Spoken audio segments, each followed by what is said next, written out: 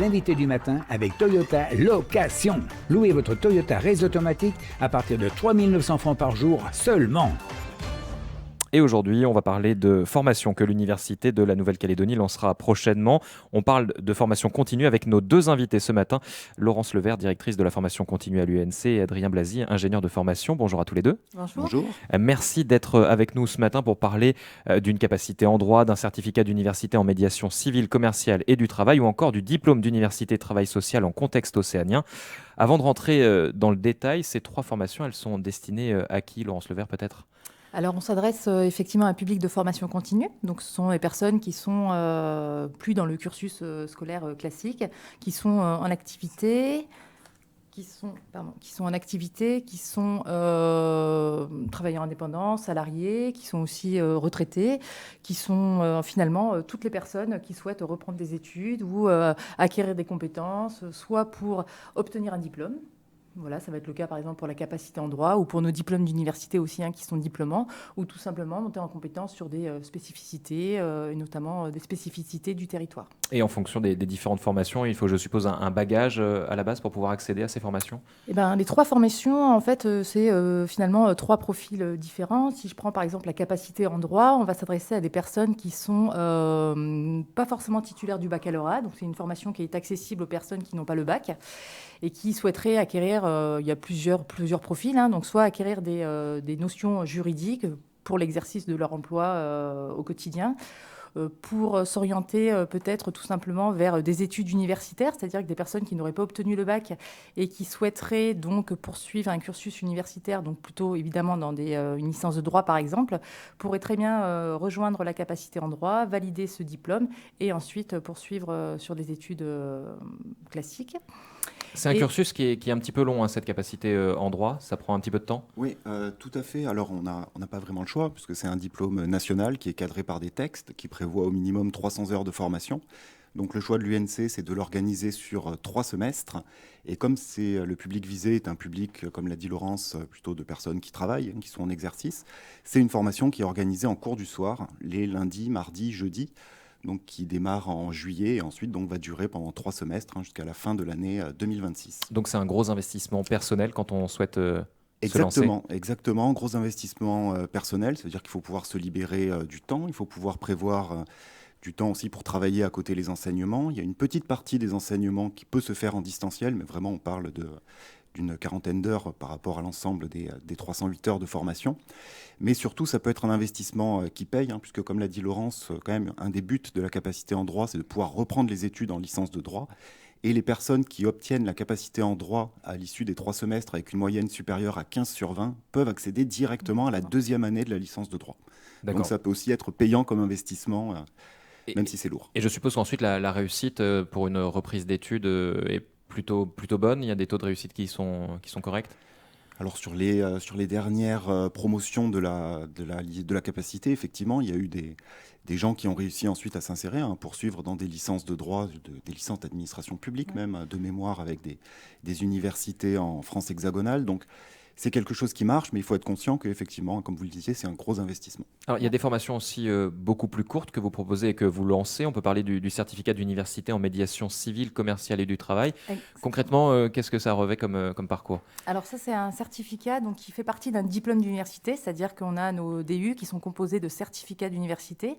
Donc ça permet effectivement de venir rejoindre cette partie de la formation qui va être spécifique. Donc là, on va s'adresser vraiment à toutes les personnes qui sont dans des postures de médiation dans leur contexte de travail habituel. Donc on va s'adresser à des dirigeants, des managers, mais aussi tout ce qui va être dans le milieu social. Voilà. Finalement, quand même, ça s'adresse à beaucoup de monde, puisque voilà, toutes les personnes qui vont être en posture de médiation. Et donc, comme je le disais, ce certificat d'université qui est d'une centaine d'heures se termine en fin d'année, donc avec des cours qui sont planifiés. Alors là, c'est à la journée. J'ai plus en tête le calendrier. C'est tous les jeudis après-midi. Tous les jeudis après-midi, voilà, on va avoir des cours qui sont dispensés à l'université, des cas pratiques, des mises en situation, quelques cours théoriques, mais il y a vraiment l'accent sur une mise en situation de ces activités-là. Alors autant les cours du soir, on voit comment on peut s'organiser facilement quand on a un travail à côté. Tous les jeudis après-midi, comment ça s'organise avec son employeur, comment on en parle et comment on met les choses en place? Eh bien, écoutez, soit avec, effectivement, c'est une démarche personnelle, et effectivement, ça va être sur du temps personnel, hein, sur lequel on va pouvoir se libérer, soit effectivement, c'est quelque chose qui a été vu avec son employeur, et c'est votre employeur qui vous envoie finalement en formation. Donc, la formation peut être en partie aussi financée par l'employeur. C'est un des avantages de ce type de formation-là. On a combien de personnes à peu près dans les parcours que vous proposez? Vous avez combien de gens en formation? On a une dizaine de stagiaires de la formation continue dans nos formations. D'accord, donc ce sont des petits groupes dans lesquels on peut avoir quelque chose de tout à fait, un accompagnement privilégié? Alors tout à fait, alors c'est très important justement dans le cadre du certificat en médiation d'avoir des groupes qui ne sont pas très élevés parce que comme le précisait Laurence, la médiation c'est à la fois un dispositif juridique qui existe pour régler des différends, mais c'est aussi une méthode et cette méthode pour l'acquérir il faut pratiquer. Donc ce qui est très important c'est d'avoir aussi du temps où les stagiaires en formation peuvent s'entraîner à la médiation, peuvent apprendre à mobiliser les techniques. La médiation ce n'est pas que de pouvoir écouter deux personnes présenter leur litige et les aider à trouver une solution. Il faut savoir interpréter la petite phrase, le petit geste, le moment qui fait que on va réussir à accompagner les parties pour qu'elles trouvent une solution. Donc la pratique, c'est important. Et c'est pour ça qu'avoir des groupes de taille raisonnable, ça permet aussi de garantir justement cette qualité de formation. Et cette formation continue permet aussi de mettre en application dans son milieu professionnel, je suppose, directement. Ce qu'on apprend. Tout à fait. Alors d'autant plus que c'est un certificat qui est reconnu et qui permet ensuite auprès de se rapprocher du tribunal pour être reconnu en tant que médiateur sur le territoire et d'ainsi pouvoir être sollicité par des tribunaux lorsqu'il faut mettre en place des médiations par la voie judiciaire. Donc ce certificat amène cette reconnaissance, mais aussi quelque chose qui peut être mobilisé au quotidien, notamment je pense à tous les services de ressources humaines ou toutes les personnes en fait qui sont confrontés à des équipes, des litiges à régler, que ce soit les petits litiges du quotidien ou des choses un peu plus importantes. Et là aussi, dans une carrière professionnelle, ça peut être un plus de passer par ce type de cursus? Complètement, parce que c'est toujours des compétences qui sont difficiles à acquérir. Soit on peut les acquérir par la pratique, mais avec une longue pratique et une longue expérience, mais c'est quelque chose qu'on retrouve très peu en formation initiale, la médiation poussée à ce point. Et surtout, donc l'intérêt de ce certificat, c'est d'essayer de faire le lien entre justement la pratique judiciaire de la médiation qui peut exister, mais aussi la pratique quotidienne qu'on peut retrouver dans le monde du travail. Alors je le disais, 3 formations qui vont bientôt être lancées. Il y a le diplôme d'université travail social en contexte océanien. Là, clairement, on est sur une formation à destination des Calédoniens. C'est vraiment sur mesure. Ah oui, alors tout à fait. Vas-y. Merci. Tout à fait. Alors, l'origine de ce diplôme, ça part un peu d'un constat sur la population des travailleurs sociaux en Nouvelle-Calédonie. En fait, on a 2 grands profils de travailleurs sociaux. Il y a des gens qui se sont formés en France hexagonale, qui ont les diplômes, qui ont les titres professionnels du travail social, mais qui, en arrivant ici, connaissent assez mal le contexte, vont rencontrer des particularités qui sont parfois difficiles à comprendre et à assimiler lorsqu'on a un œil extérieur. Ou alors, à l'inverse, on va trouver des Calédoniens qui sont rentrés dans le travail social sans forcément avoir justement ce background de formation initiale et à qui il va peut-être manquer parfois les outils du travail social, les outils et les méthodes. Et donc, l'objectif de cette formation, c'est de proposer ces 2 choses-là, c'est-à-dire pour ceux qui sont les Calédoniens qui sont arrivés en travail social par, entre guillemets, par la petite porte, c'est de pouvoir récupérer justement ces méthodes, ces outils dont ils auront besoin. Et pour les personnes qui ont été formées en France hexagonale, c'est de pouvoir avoir justement le contexte, des clés qui vont leur permettre d'être plus efficaces dans leur action de travail social. Et ce n'est pas difficile de créer une formation avec ces 2 objectifs, avec 2 publics finalement différents qui vont venir se former dans ce cursus? Alors si, effectivement, c'est pas très simple, mais c'est aussi là l'intérêt un peu de la politique de formation continue de l'UNC que d'avoir des certificats, c'est-à-dire de proposer une approche modulaire. Donc des gens qui seraient uniquement intéressés par les cours de méthodologie pourront demander à suivre uniquement ces enseignements, et ceux qui veulent plutôt les enseignements de contexte culturel, social, politique, pourront aussi suivre cela.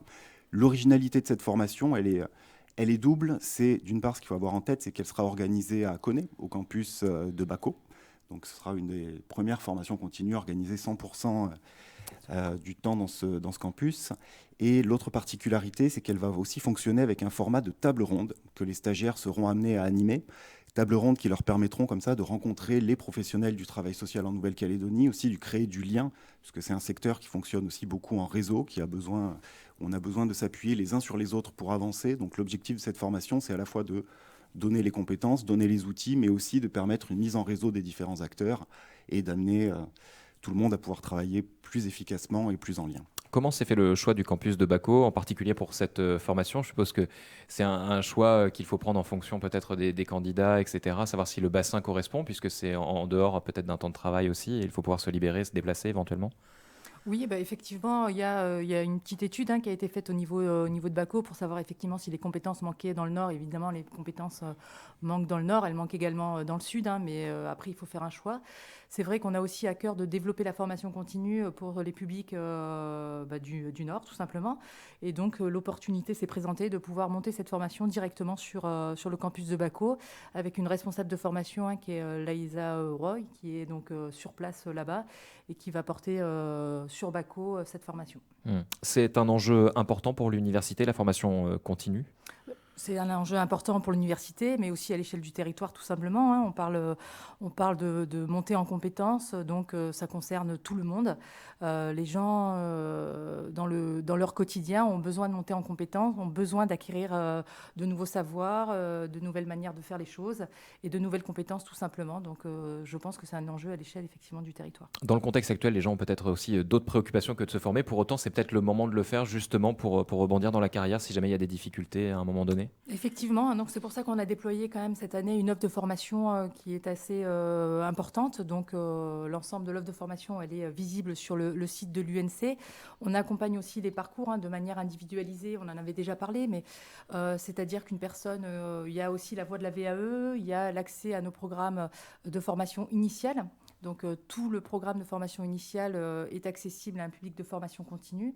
Et finalement, les personnes qui seraient intéressées pour reprendre une formation sans trop savoir vers où aller peuvent nous interroger et on peut essayer d'organiser ensemble par la voie de la VAE, un bout de certificat d'université, de la formation initiale reprise en formation tout au long de la vie. Il y a plusieurs choses qui sont possibles. Alors j'allais y venir, si des auditeurs sont intéressés, on a parlé de ces trois formations.